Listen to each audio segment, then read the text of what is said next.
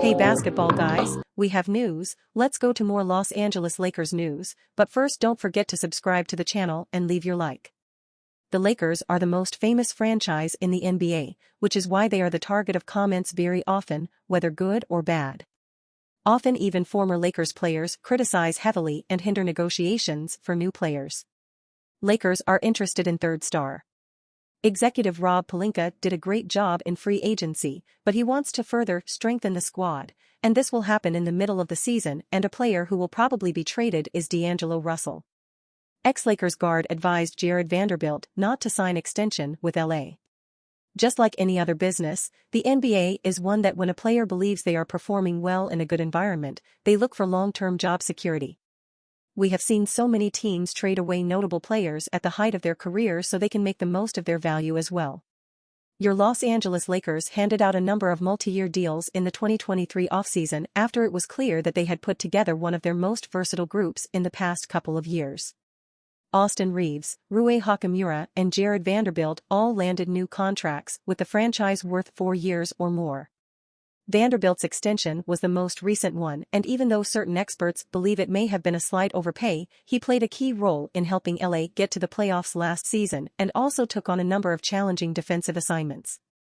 However, former Lakers guard Patrick Beverley revealed recently that he actually texted Vanderbilt on the morning of his extension signing and told him not to agree to it.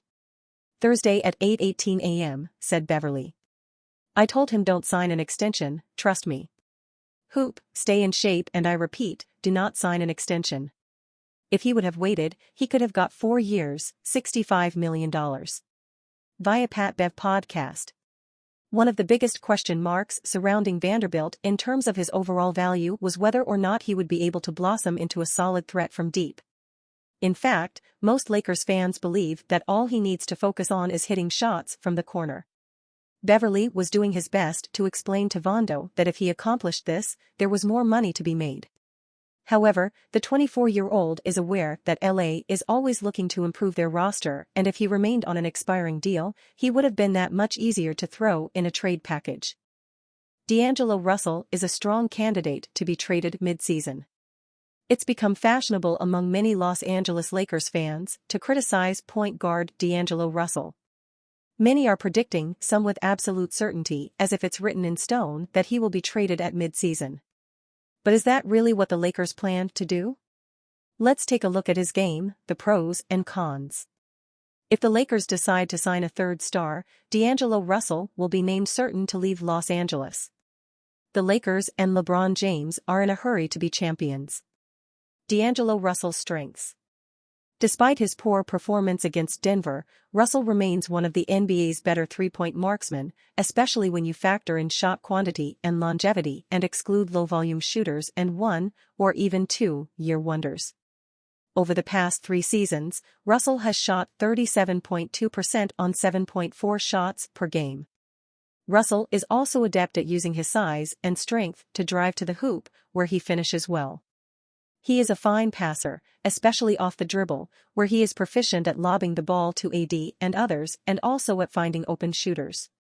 D'Angelo Russell's weaknesses. Because D'Lo is not a great athlete by NBA standards, he is at best an average man defender. Of course, the same was often accurately noted about the player generally regarded as the best point guard in history, who also happened to be the executive that traded Russell away from the Lakers, Magic Johnson. That doesn't mean that Russell is anywhere near as good as Magic was, he isn't, even though he is a much better shooter. But the point is that a championship team doesn't require lockdown defenders throughout its lineup, even at point guard. Consistency is one of the biggest components that separate top NBA All-Stars like Curry and Lillard from others. But the Lakers are not relying on Russell to be their number 1 guy. Instead, the plan is for him to be number 3 or 4 in the pecking order with occasional big scoring bursts. And that's a role D'Lo can more than adequately fill even with his inconsistent shooting. Will D'Angelo Russell be the Lakers' starting point guard this season? Fans have speculated this offseason about a competition in training camp between Russell and new Laker Gabe Vincent, who the team signed to a 3-year, $33 million contract for the starting point guard position. but don't count on that happening.